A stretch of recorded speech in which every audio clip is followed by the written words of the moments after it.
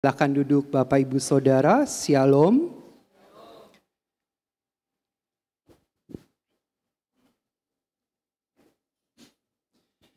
Baik, malam hari ini kita akan merenungkan satu kebenaran firman Tuhan yang mungkin sudah cukup lama ini juga disampaikan oleh banyak hamba Tuhan.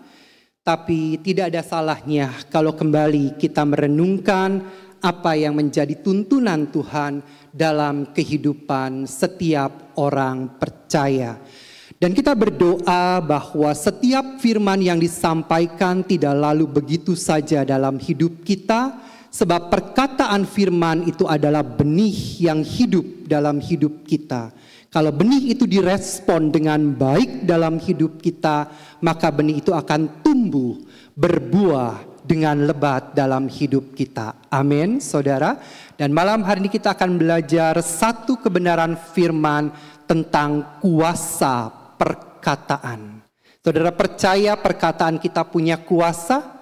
Perkataan kita diurapi Tuhan? Amin, saudara. Oleh karena itu setiap kita perlu mengerti benar di dalam kita berkata-kata. Jangan sampai perkataan kita membawa dampak yang buruk bagi hidup kita maupun bagi orang yang mendengarkan perkataan kita.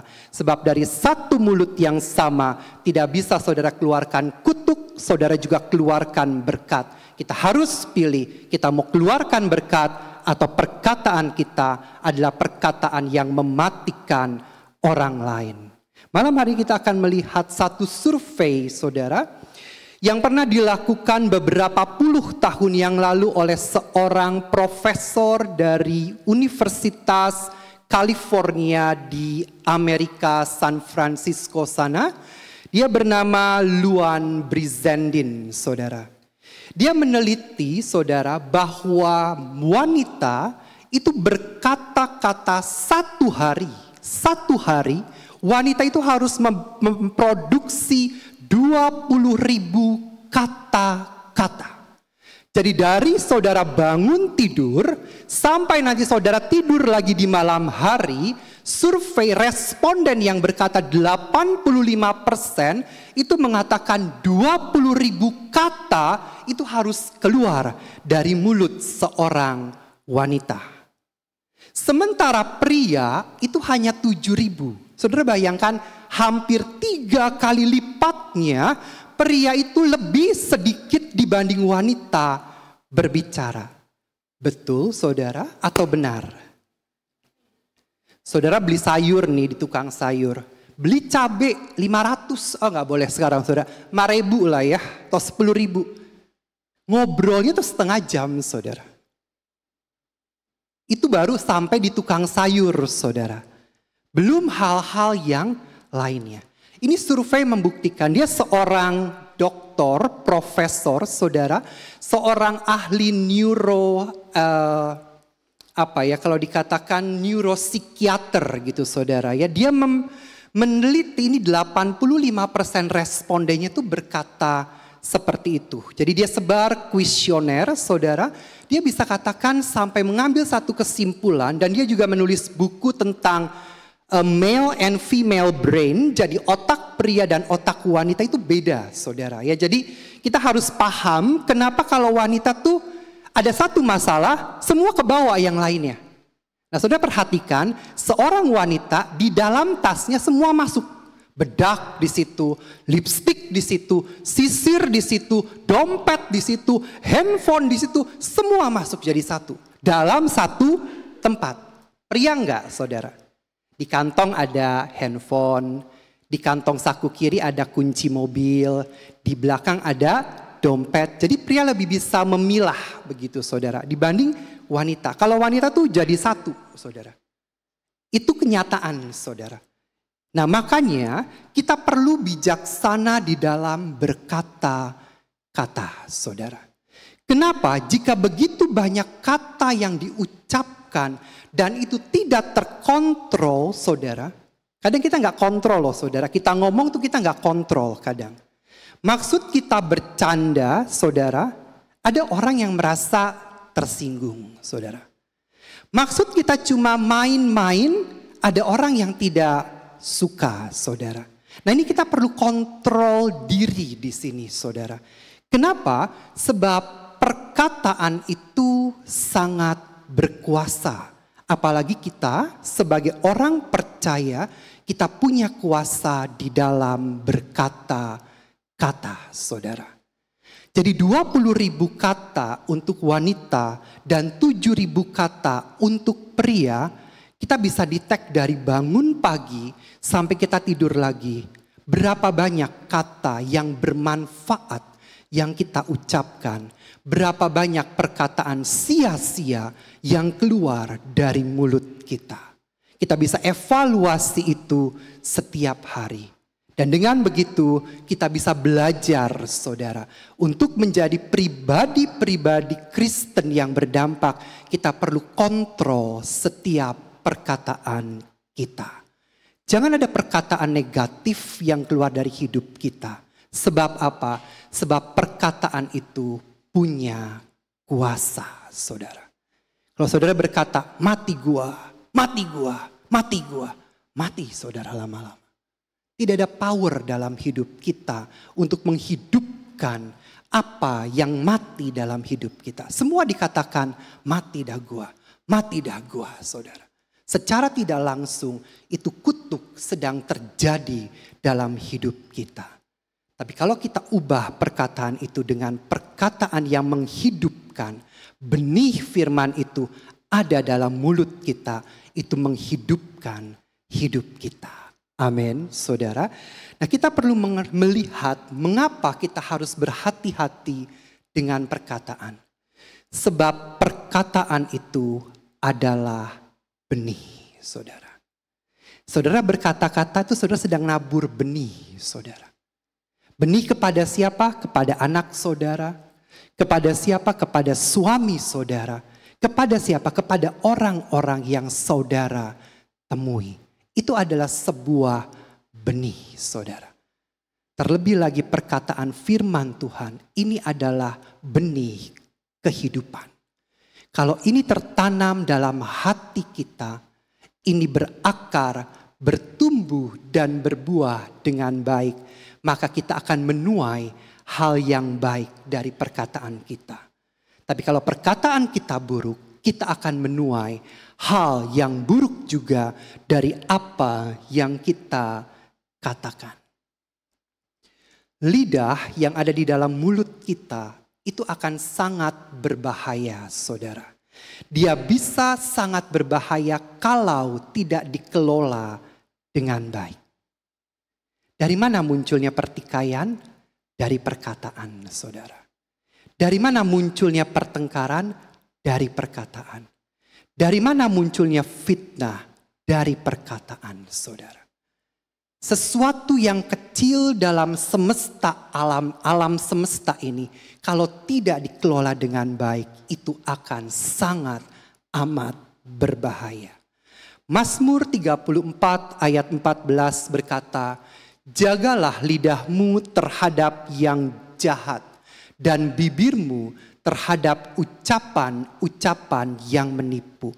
Ayat ini dalam Mazmur 34 ayat 14 di Perjanjian Lama ditulis kembali di kitab Petrus 1 Petrus 3 ayat yang ke-10. Dikatakan siapa yang mau mencintai hidup dan mau melihat hari-hari baik, ia harus menjaga lidahnya terhadap yang jahat dan bibirnya terhadap ucapan-ucapan yang menipu. Kita rindu saudara ya, 2025 kita melihat hari-hari kita baik saudara. Apa syaratnya? Tuhan ingatkan, mari jaga perkataan kita. Setiap perkataan yang jahat kita harus hindari. Setiap perkataan-perkataan yang penuh dengan tipu muslihat. Ada tipe orang tuh yang manipulatif, saudara ya. Jadi dia suka memanipulasi suatu keadaan, suatu kenyataan. Hati-hati, saudara. Setiap kebohongan, saudara, itu akan ditutupi dengan kebohongan yang lain. Setiap dusta itu pasti akan ditutupi oleh dusta yang lainnya, saudara. Oleh karena itu Tuhan ingatkan dalam Mazmur 34 ayat 14 dan 1 Petrus 3 ayat 10. Kalau kita mau mencintai hidup dan melihat hari-hari baik dalam hidup kita, Tuhan ingatkan kita harus menjaga lidah kita terhadap yang jahat dan bibir kita terhadap ucapan yang menipu. Amsal 13 ayat 3 saya kutip dalam bahasa Indonesia sehari-hari dikatakan, orang yang hati-hati dalam tutur katanya itu akan aman hidupnya, saudara. Orang yang bicara sembarangan itu akan ditimpa kemalangan. Ini terjemahan lain dari bahasa Indonesia sehari-hari. Jadi kalau kita hati-hati saudara dalam tutur kata kita saudara, itu kita akan aman hidup kita. Tapi ketika kita sembarangan, asbun orang bilang saudara ya, asal bunyi gitu, itu akan ditimpa kemalangan. Nah anehnya saudara, ada banyak orang berkata begini, saya sih mulutnya aja yang begini, tapi hatinya baik. Bisa gak saudara? Sering gak saudara dengar orang kayak begitu? Saya sih mulutnya aja loh yang kayak gini. Cuak-cuakan gitu saudara ya. Tapi hati saya baik. Bisa gak kira-kira saudara? Bisa gak? Halo? Yang bicara bisa. Yang bicara tidak bisa. Singkeder. Begini saudara. Dari mana munculnya ucapan saudara? Dari dalam hati. Jadi kalau hati kita itu baik, pasti ucapan itu baik. Kitab Matius berkata orang yang baik mengeluarkan perbendaharaan yang baik dari dalam hidupnya. Tapi orang yang jahat dia mengeluarkan perbendaharaan yang jahat juga dari dalam hatinya. Jadi apa yang meluap itu keluar dari dalam hati. Nah, makanya kalau orang berkata, saya sih mulutnya aja yang begini gitu. Tapi hati saya baik kok. Saya rasa gak bisa saudara ya. Kan itu sinkron saudara. Ya dari dalam hati itu akan meluap perkataan-perkataan yang baik. Dari dalam hati itu akan meluap perkataan-perkataan yang penuh dengan berkat. Dari dalam hati juga keluar perkataan yang tidak baik, saudara. Jadi orang yang mau melihat hari-hari baik, mari jaga bibir kita dan dari ucapan-ucapan yang menipu dan lidah kita dari hal yang jahat. Nah, bagaimana cara kita bisa menjaga agar mulut kita itu terhindar dari kebinasaan. Ini sesuatu yang beberapa bulan terakhir Tuhan bukakan, itu luar biasa tentang perkataan saudara. Kita bisa membinasakan orang dengan perkataan loh saudara. Hati-hati. Kita bisa membinasakan orang itu dengan perkataan. Bukan dibina, tapi dibinasakan dengan perkataan kita saudara. Nah perhatikan baik saudara, hal pertama yang harus kita lakukan agar kita terhindar dari kebinasaan adalah kita harus memiliki pikiran dan perasaan Kristus. Ini wajib dan mutlak saudara. Dan ini tidak bisa muncul dengan sendirinya saudara. Ini perlu upaya, artinya perlu suatu usaha, perlu suatu niat begitu saudara. Untuk kita bisa memiliki pikiran dan perasaan Kristus. Kita harus selalu berusaha mengalami pembaharuan pikiran melalui firman-Nya setiap hari, saudara. Dengan kita membaca firman, kita merenungkan firman, maka itu akan merubah setiap pola pikir kita, setiap paradigma kita yang salah, setiap sudut pandang kita yang salah, saudara. Dengan apa? Dengan membaca firman. Jadi kalau kita sering baca firman, kita sering merenungkan firman, kita punya waktu-waktu yang teratur saudara. Untuk kita membaca dan merenungkan firman, itu pasti akan merubah kehidupan kita.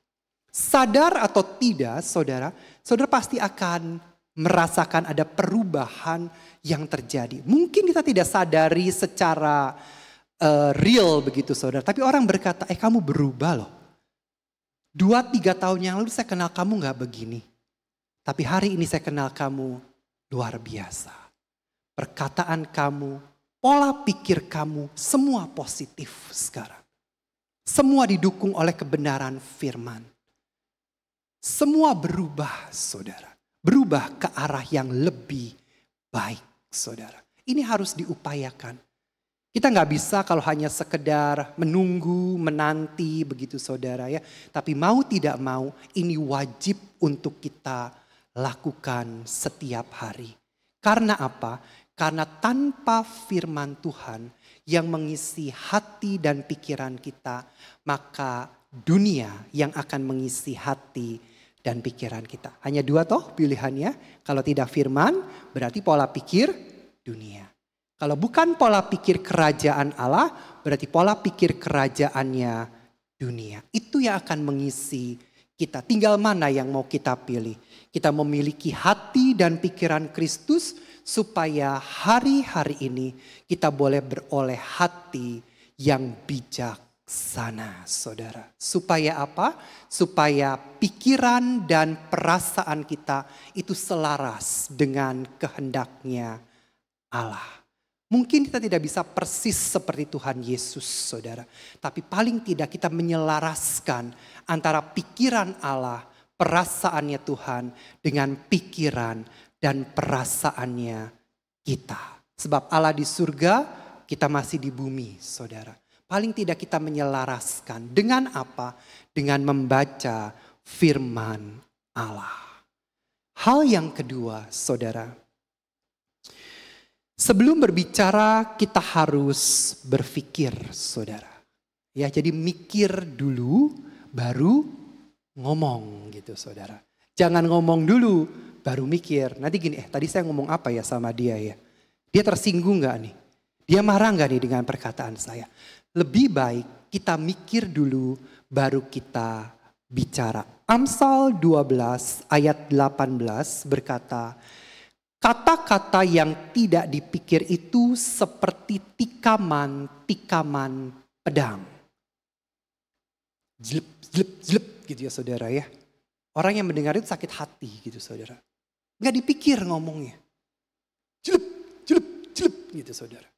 Wih, omongannya luar biasa. Ekstrim man gitu saudara. Ini perhatikan baik. Orang yang tidak dipikir omongannya itu kayak tikaman pedang.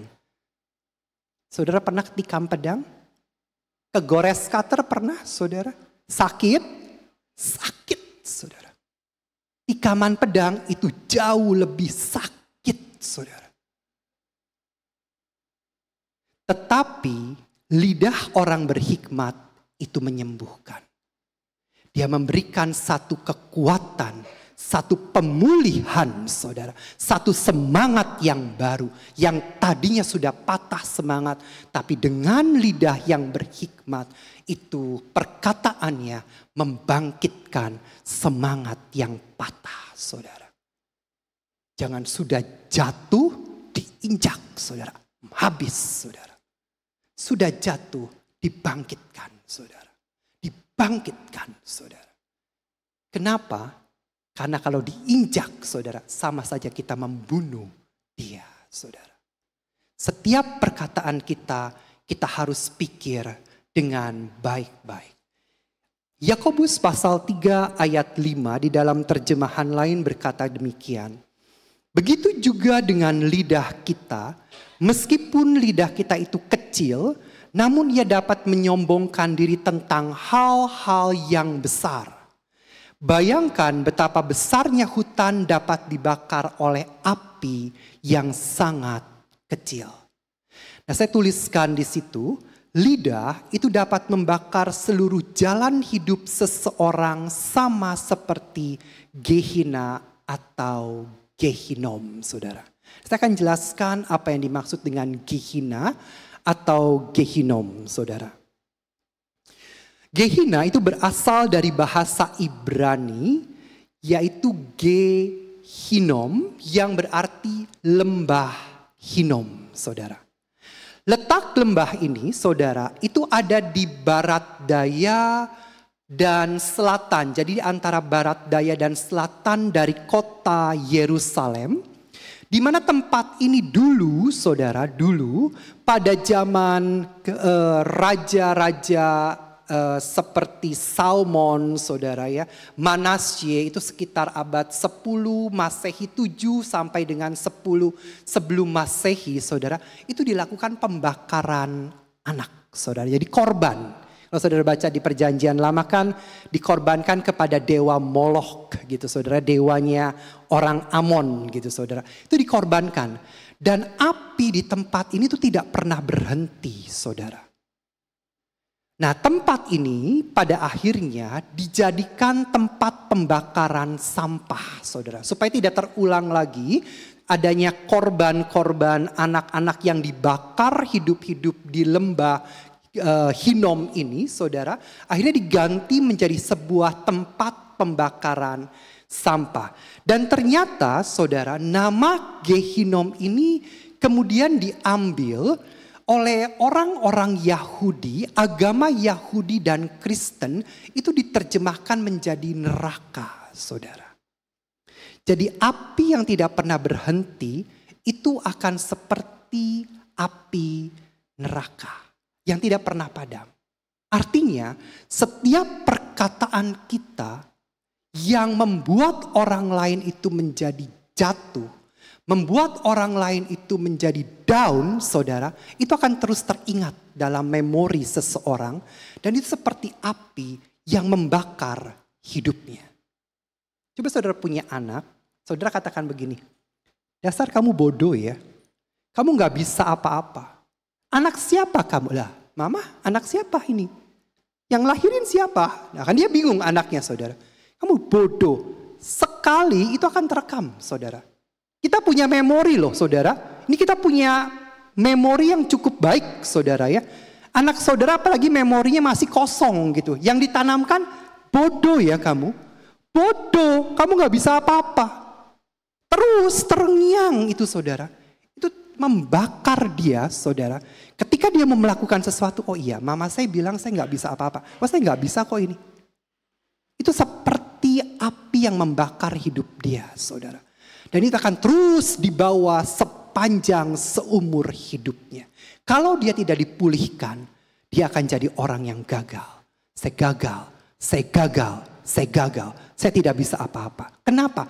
Mama saya bilang begitu, papa saya bilang begitu, selalu begitu, selalu begitu. Hati-hati dengan perkataan, saudara. Itu yang ditanamkan, itu benih yang sedang ditabur, saudara. Dan tinggal tuai saja waktunya. Itu seperti bom waktu. Tuai saja waktunya akan seperti apa jadinya anak ini. Kalau itu diucapkan, hati-hati, itu seperti api yang membakar kehidupan seseorang.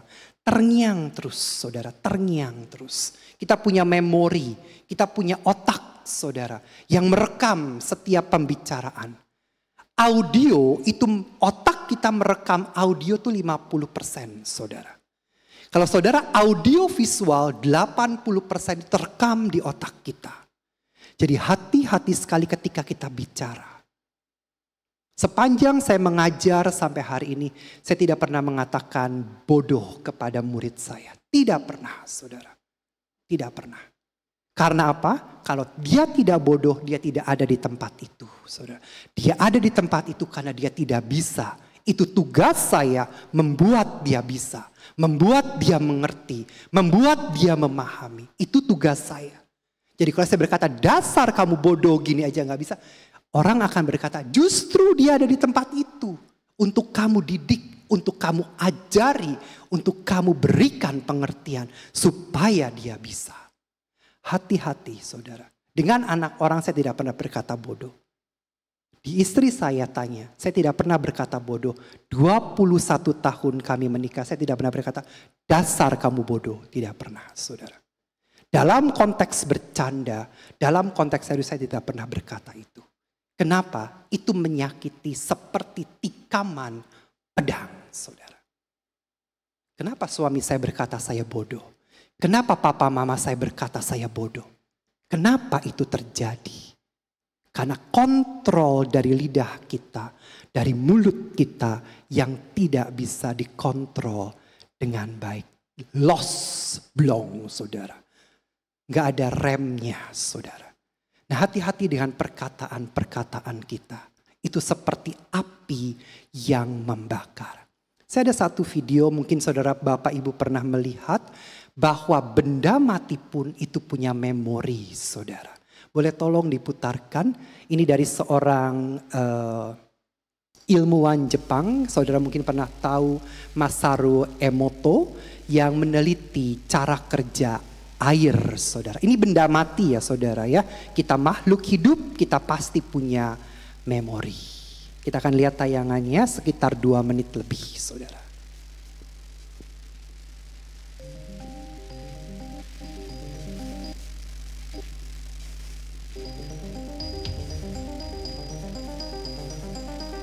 Dia seorang ilmuwan Jepang, saudara, dan mempelajari struktur molekul dari air, saudara. Sekali lagi, ini adalah benda mati, saudara. Dan dia ingin mengetahui bahwa apakah pikiran-pikiran manusia dan emosi-emosinya memiliki dampak terhadap air. Jadi apakah perkataan kita itu memiliki dampak terhadap air yang merupakan benda mati.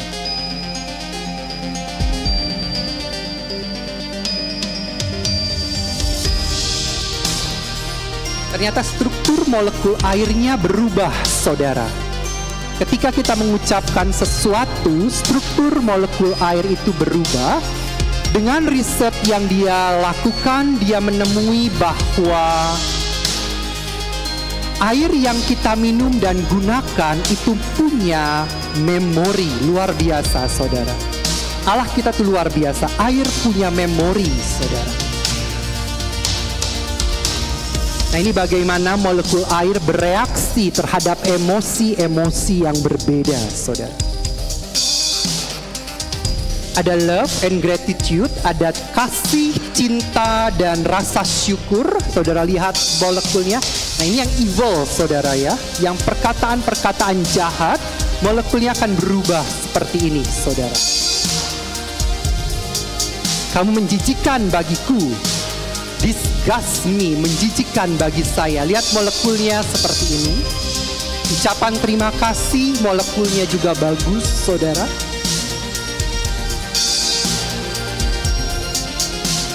Eternal.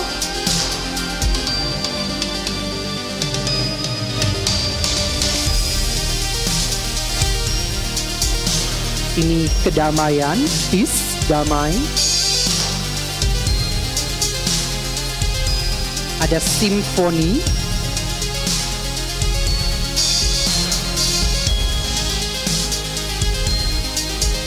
Nah, ini yang didengerin heavy metal music nih, saudara. Begini molekulnya, saudara. Aut-autan. Ya. Baik, terima kasih. Ya, saudara perhatikan benda mati saja bisa bereaksi, saudara. Kalau kita makhluk hidup, ciptaan Tuhan yang sempurna, kita juga bereaksi dengan itu. Struktur tubuh kita itu hampir 80%-nya adalah air, saudara.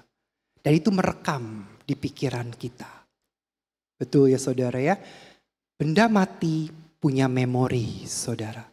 Manusia punya pikiran, saudara. Punya memori, saudara. Punya otak yang merekam, saudara. Merekod semua apa yang didengar. Merekod semua apa yang dilihat, saudara. Ada orang yang punya daya ingat cukup baik, saudara. Sampai mungkin puluhan tahun dia masih bisa ingat, saudara. Tapi ada orang yang tipenya mungkin easy going, saudara. Yang masa bodoh saja. Tapi siapapun mereka, siapapun yang kita temui, kita tetap harus menjaga apa yang keluar dari mulut kita. Orang yang mengucapkan banyak hal yang sia-sia, terlebih lagi dia memanipulasi ajaran-ajaran firman Tuhan, dia akan kehilangan perkenanan Allah. Saudara perhatikan, perkataan sia-sia yang diucapkan, manipulasi terhadap kebenaran firman Tuhan, akibatnya adalah kehilangan perkenanan Allah. Ketika tidak ada perkenanan Allah, maka kebinasaan yang menanti hidup manusia. Kebinasaan kekal itu yang akan menjadi bagian mereka. Hati-hati, berfikirlah sebelum berkata-kata. Amsal 15 ayat 28 berkata, hati orang benar menimbang-nimbang jawabannya. Tetapi mulut orang fasik mencurahkan hal-hal yang jahat. Hati orang benar itu menimbang-nimbang jawabannya. Tetapi mulut orang fasik mencurahkan hal-hal yang jahat. Berikutnya yang ketiga, kita harus mampu menahan diri. Sebagian besar orang mungkin tidak mengalami kesulitan, saudara, untuk membedakan, oh ini yang kudus, ini yang tidak kudus, saudara. Ini yang kudisan, begitu saudara. Tidak terlalu sulit untuk membedakan itu. Tapi ketika perkataan, saudara, banyak orang kebobolan di hal ini, saudara. Mulutnya itu gak ada remnya, kayak turbotang kalau ngomong gitu, saudara. Gak ada remnya. Hati-hati, saudara. Begini, saudara. Saya punya seorang teman, saudara, waktu saya kuliah. Sebetulnya bukan teman dari kuliah saya. Dia dari kampus lain. Cuma karena kami satu kos, jadi kami sering ngobrol begitu, saudara. Nah, dia wanita, saudara. Karakter orang ini, saudara, adalah tipe orang yang saudara, frontal, begitu, saudara. Jadi kalau dia tidak suka dengan seseorang, dia akan labrak saat itu juga, saudara. Orang ngomong kalau orang Cirebon tuh dioncok gitu, saudara. Dioncok terus dimaki-maki gitu, saudara. Dimaki-maki di depannya gitu, dituding-tuding gitu. Jadi kalau dia nggak suka nih dengan teman kos sebelahnya atau dia terganggu misalkan begitu, saudara, itu langsung diketuk kamarnya. Nggak ada permisi, nggak ada apa, diketuk terus didamprat gitu, saudara, ngerti ya bahasa didamprat. Dioncok, dimaki-maki, saudara, dituding-tuding gitu. Wah, bahasanya itu udah luar biasa, saudara. Itu kalau ngomong, saudara, itu nggak ada titik koma, terus ngomong panjang banget, saudara. Saya ngomong lagi ngapain nih orang, saudara? Itu lagi marah ternyata, saudara. Itu panjang dan gak ada titik koma. Bisa loh, saudara. Itu, wah, buat saya ini luar biasa sekali nih orang. Kalau dia ngomong, saudara, itu perkataannya itu, wah, udah ajaib lah, saudara, pokoknya ya. Saya kalau dengar tuh sampai, ya ampun gitu, ya ampun gitu, saudara.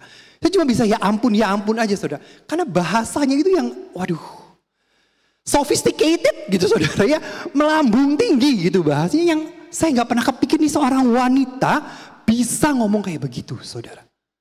Dan dia nggak takut sama yang laki, nggak takut, nggak ada takutnya orang ini. Maaf, dia orang Sumatera, saudara, asli turunan Sumatera, datang ke Bandung kuliah, saudara. Waduh itu, saudara, saya kalau ampun-ampunan, kalau dia udah mulai itu, saya minta anak ibu kos saya tuh minta untuk bisa meredamnya, saudara. Jadi ini kalau sudah mulai marah, itu sudah lost control, saudara. Benar-benar lost control, saudara. Dan buat saya ini tipe manusia yang gak ngerti lah ya pengendalian dirinya tuh nyampe di mana gitu saudara. Dia ke gereja saudara. Dia orang yang beribadah. Hari Minggu ke gereja saudara. Itu kalau dia muji Tuhan saudara, saya salut saudara. Excited banget saudara, excited banget. Lompat apa itu excited banget. Tapi di sisi yang lain saudara, perkataannya itu gak bisa ditahan saudara. Nah itu kalau udah mulai ngomong, mulai bicara, saya hanya berkata aduh hati-hati dengan omongan kamu. Hati-hati kontrol diri kamu ketika kamu marah. Kan bisa ya saudara ya bicara baik-baik bisa ya saudara. Kan gak harus supaya semua harus pakai otot saudara. Lebih baik kita pakai otak daripada kita pakai otot. Kalau buat saya capek saudara ya. Mending pakai otak ngomong baik-baik kan lebih enak. Nah hal yang ini kita harus bisa saudara. Orang kebobolan itu karena perkataan kadang-kadang. Orang kebobolan karena ucapannya itu gak dikontrol saudara. Nah bagaimana kita bisa menahan diri kita saudara. Amsal 25 ayat yang ke-11 berkata begini. Perkataan yang diucapkan tepat pada waktunya adalah seperti buah apel emas di pinggan perak, saudara. Jadi kalau saudara bayangkan buah apel emas di atas pinggan perak, itu luar biasa bagusnya ya saudara ya. Jadi perkataan yang harusnya kita ucapkan itu adalah perkataan yang tepat, saudara, pada waktu yang tepat. Jadi waktunya tepat. Apa yang kita ucapkan itu tepat saudara. Jadi sepatah kata pada waktu yang tepat itu akan memberikan satu perubahan saudara. Sepatah kata pada waktu dan momen yang tepat, timingnya itu tepat memberikan suatu perubahan. Amin saudara. Kenapa tidak ada orang yang berubah dengan ucapan saya? Karena waktunya tidak tepat. Karena perkataannya tidak tepat, saudara. Itu sebabnya kembali kepada poin pertama, kita harus mengisi hati kita dengan pikiran dan perasaannya Kristus. Supaya perkataannya tepat, waktunya juga tepat, saudara. Amin, saudara. Saya mau bersaksi, saudara. Ini terjadi dengan kami berdua, saudara. Waktu itu sudah lama sekali, saudara. Ada kira-kira puluhan tahun lah, 15 tahun yang lalu. Tapi saya masih ingat sekali peristiwa ini karena ini yang mengubahkan pola pikir, saudara. Jadi waktu itu sudah momen puasa, saudara. Mulai bulan-bulan puasa begitu. Nah karena istri saya punya usaha toko pakaian, kalau bulan puasa kan momen meremaan gitu ya saudara ya, kata orang Cirebon meremaan gitu. Jadi rame gitu saudara, dalam ya 3 minggu itulah kira-kira saudara ya. Sekali waktu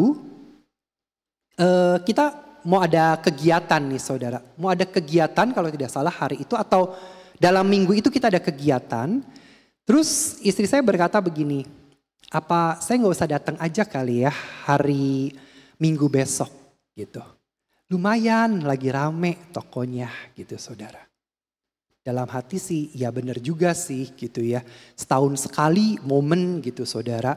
Kapan lagi gitu kan, setahun sekali gitu. Tapi dalam hati saya diingatkan begini. Tuhan tuh gak disejajarkan dengan iblis saudara. Tapi Tuhan disejajarkan dengan mamon, saudara. Alkitab katakan engkau tidak dapat beribadah kepada dua Tuhan.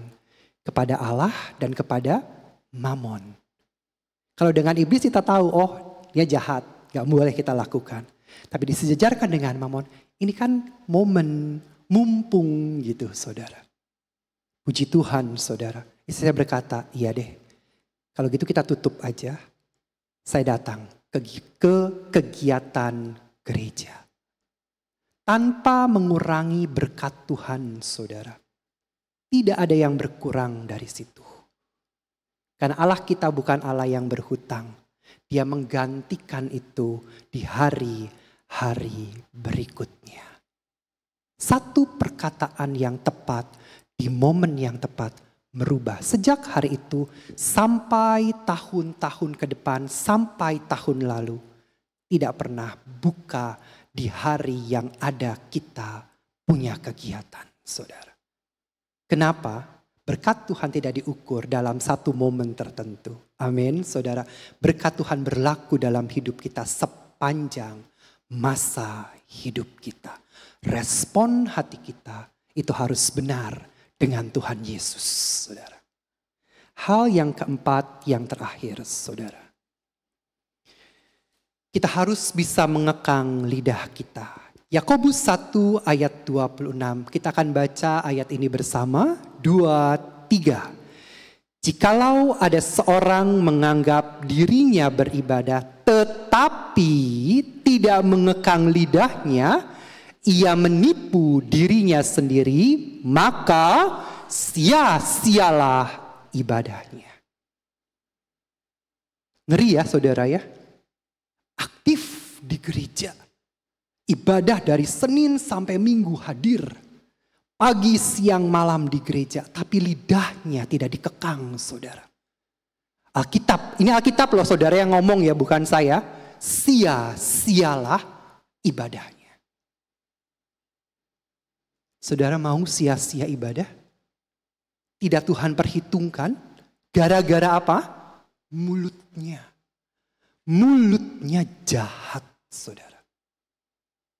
Mulutnya tidak pernah mengeluarkan berkat.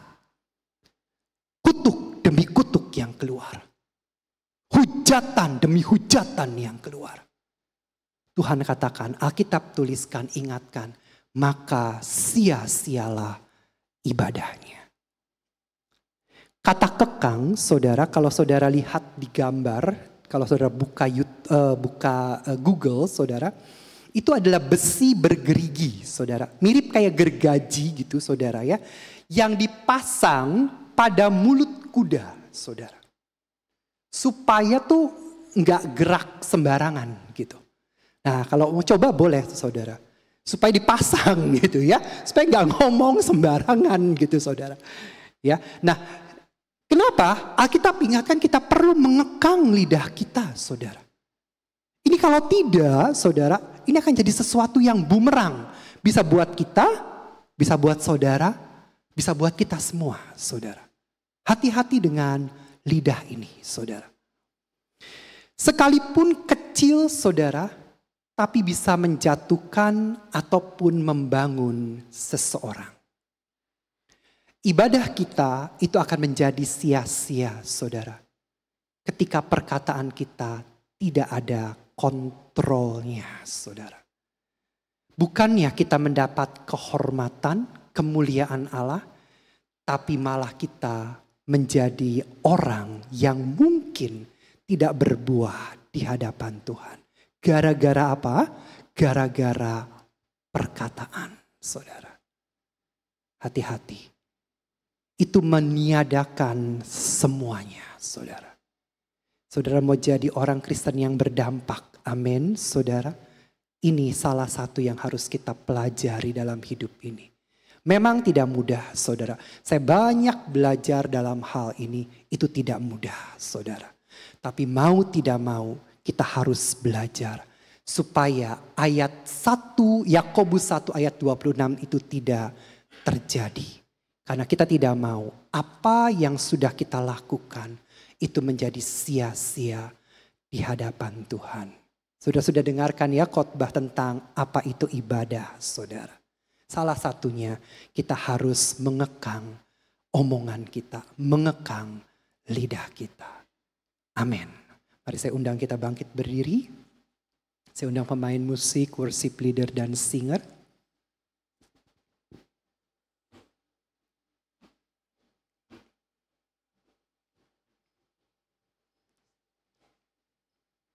Kita angkat satu pujian, manis kau dengar.